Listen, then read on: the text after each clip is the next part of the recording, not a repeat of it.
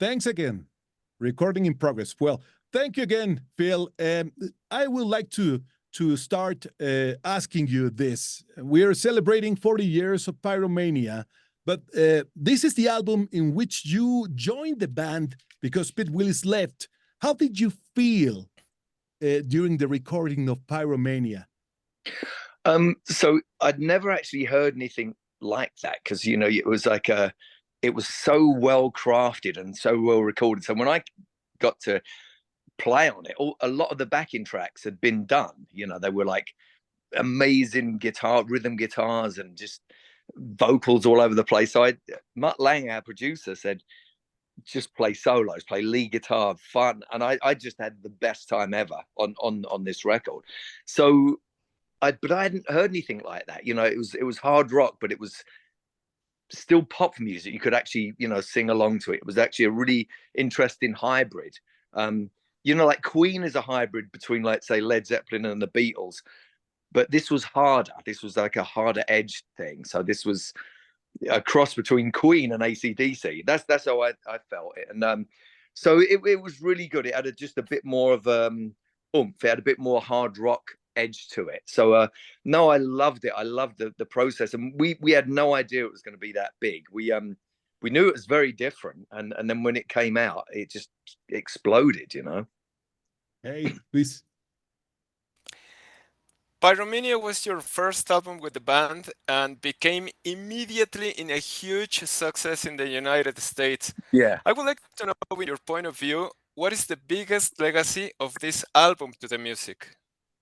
I think it crossed over. I mean, it really did cross over. It wasn't it wasn't just hard rock and it wasn't just pop. We got a lot of girls that would like Duran Duran and stuff like that, but we also had guys that like rock music that was into Ozzy or Maiden or something like that. So you got the best of both worlds, and it kind of, and it allowed us to do where we went after that, the Hysteria stuff, which was even more extreme. I think it was more of a hybrid, different types of music coming in. So yeah, that's really what that did. It kind of it kicked off a hybrid version of rock music, really. I think the name of an album is very important, very, very important. I love Pyromania, but tell us about the name of the album. How did it come about? Are any of you obsessed with fire or what? No, not at all. I think it, like most albums, someone will just throw a word out and it sticks. I think someone had said that they were going to throw all this stuff in the trash in this big kind of bin outside and set fire to it. And someone said, "Oh, you're a bunch of pyromaniacs." And someone said, "Oh, pyromania, that's a great word." I think that's how it came about, and that's usually how it sticks. You hear all these words and then something sticks. It's like when you name a child or a dog. I had a dog that we found, and we didn't know his name. And then my friend said Shaq, and his ears went up, and it's like, oh, that's the name of the dog. And I had him for 13 years before he passed away. But it's the same thing with an album. It kind of has to be the right thing, and the right name will kind of stick. Hey, that is. The album cover was meant to redefine rock and roll. Andy Erflix did a marvelous job. What did you think about the illustration the first time you saw it?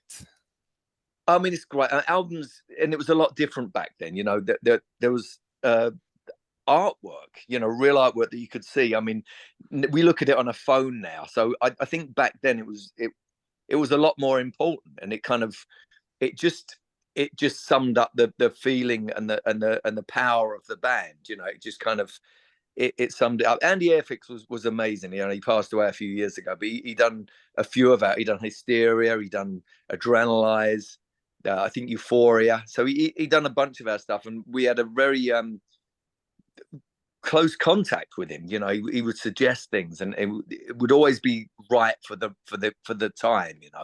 So no, it was great. It kind of represented where we were at right then, and the sound of the music. Many people sees Def Leppard until High and Dry as a diamond in the rough that John Motland polished until perfection.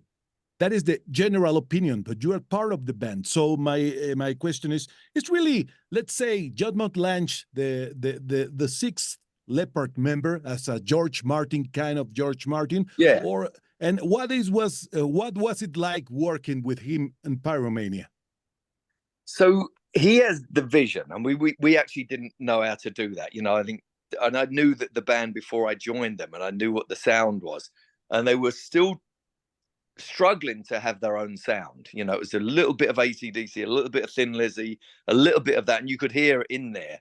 But it wasn't till Pyromania where it had defined a Def Leppard sound, and I think that was down to Mutt. He was like he taught us how to sing, taught us how to play guitar properly, and how to write songs. So I think there was something that we may not have ever stumbled across if we hadn't have met Mutt. And I think even, especially on the album after on Hysteria, it was like, let's create something that no one else has ever done, and we did. We did that thing. So he gave us a sound. Actually, that's what he did. He actually created a sound that worked for us, and with that we were able to play and play live and everything else. So it was very important. It was complicated to work with him, or what was he like working with Mutt Lange? Oh, I love working with Mutt. It's like going to school with your favorite subject. You learn so much. It's just incredible. Please. Def Leppard formed in 1976. Creo que lo perdimos. I think we lost Phil. Yeah. I think that we disconnect. Yeah. Are you there, Phil? No, okay, we're going to reconnect, I guess. Ajá. Sí, gracias. Esperamos un momento. Wait a second. Okay.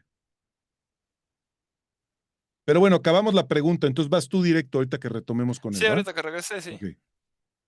Luego vas tú. Sí. Yo tengo un par más. ¿Tú cuántas tienes? Yo tengo dos más. Okay. Oh, sorry about that. A call came in and it bumped me off. I was like, what? Don't worry. We're back. And Luis was about to ask you the next question. Luis. Yes, Phil, Def Leppard formed in 1976 and has certainly inspired many other bands and artists. What a band with such a long career might say to the younger version of themselves? Well, we never quit, but we believe in what we do. I mean, that's the other thing, and we still really enjoy it. And I think that if you can keep those elements and you get on as a band, then you'll be okay. I think there's no space for egos in this. You can't do that. You have to. It's a team, and I think it's like a soccer team.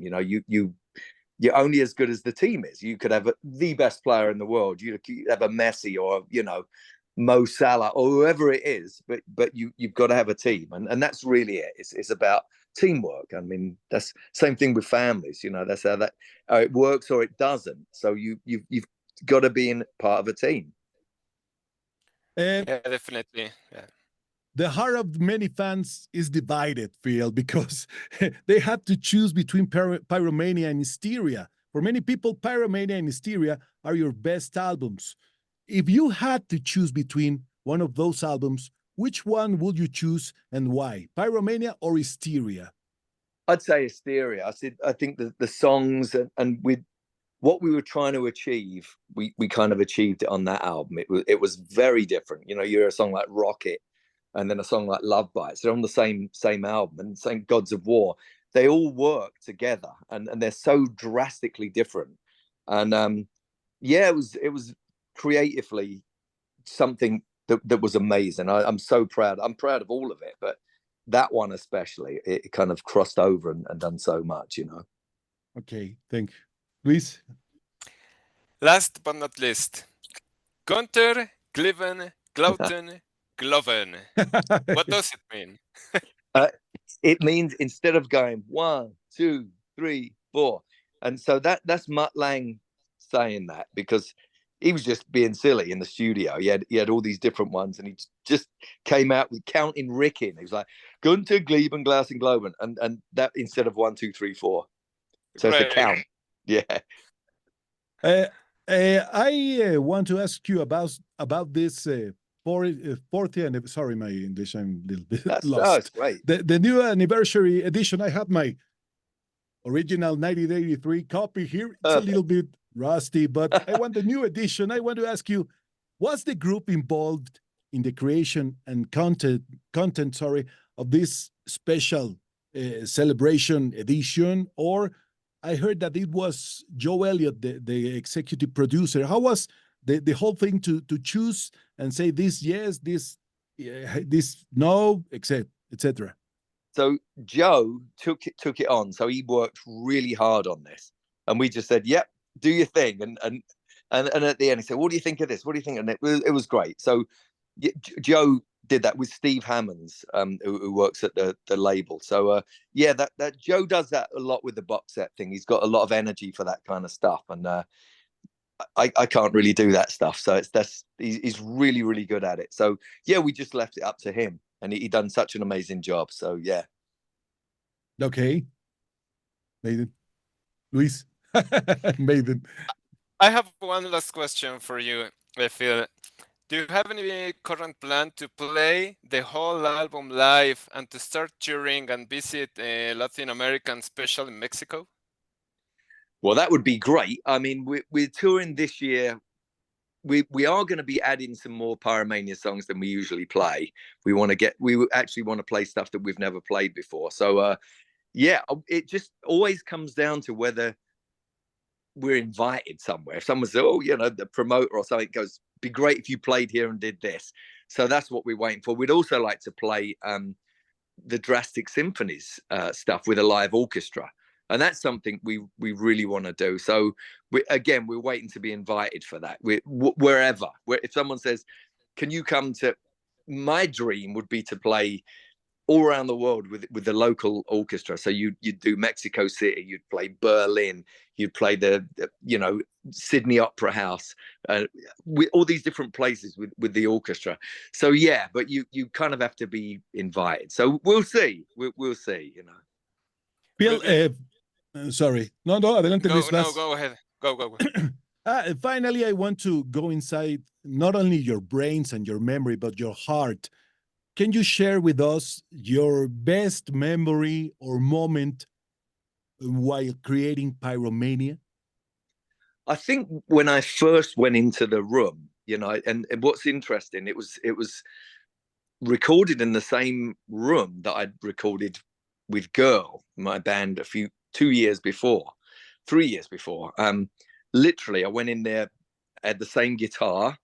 I had a Les Paul, and I had the Ibanez Destroyer, and I literally put my 50-watt amp, plugged it into all the stuff that mic'd up, and it just was instant. It was like, oh my God, this sounds incredible. So that was kind of magic, it was kind of magical, and the sound was, just when I went back in the control room, when hearing it back was like, wow, it was the best sound I've ever heard come out of my guitar. It was so well mic'd up and recorded, and yeah, so that was it. I definitely remember that, and that was day one.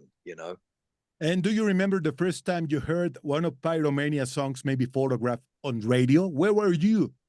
I was in England, and they were playing stuff coming back from America, because it was getting played on the American thing, and I heard it on Radio 1 in England. But when we got to the States, as soon as we got there, you would just hear it everywhere. It was on MTV, it was on every radio station. It was a lot different, and there was so many radio stations. It was like really cool. But yeah, very exciting. Finally, Phil, thanks again for the interview. Can you give us an ID for a radio station? Absolutely. I wrote the whole thing to make it easier. Okay, all right. Anytime ready? you want. Yeah, we're ready. Okay. Sorry. Sorry. My phone is gone. Sorry. Let me put it here. Hi, Mexico. This is Phil Collen from Def Leppard, and you're listening to Track Attack with Pepe Campa. You ready? Yep. Hi, Mexico. This is Phil Collen from Def Leppard, and you're listening to Track Attack with Pepe Campa. Sorry. This damn phone. It's ruining everything. Sorry. We're ready again. 1, 2, 3. Hi, Mexico. This is Phil Collen from Def Leppard, and you're listening to Track Attack with Pepe Campa. Perfect.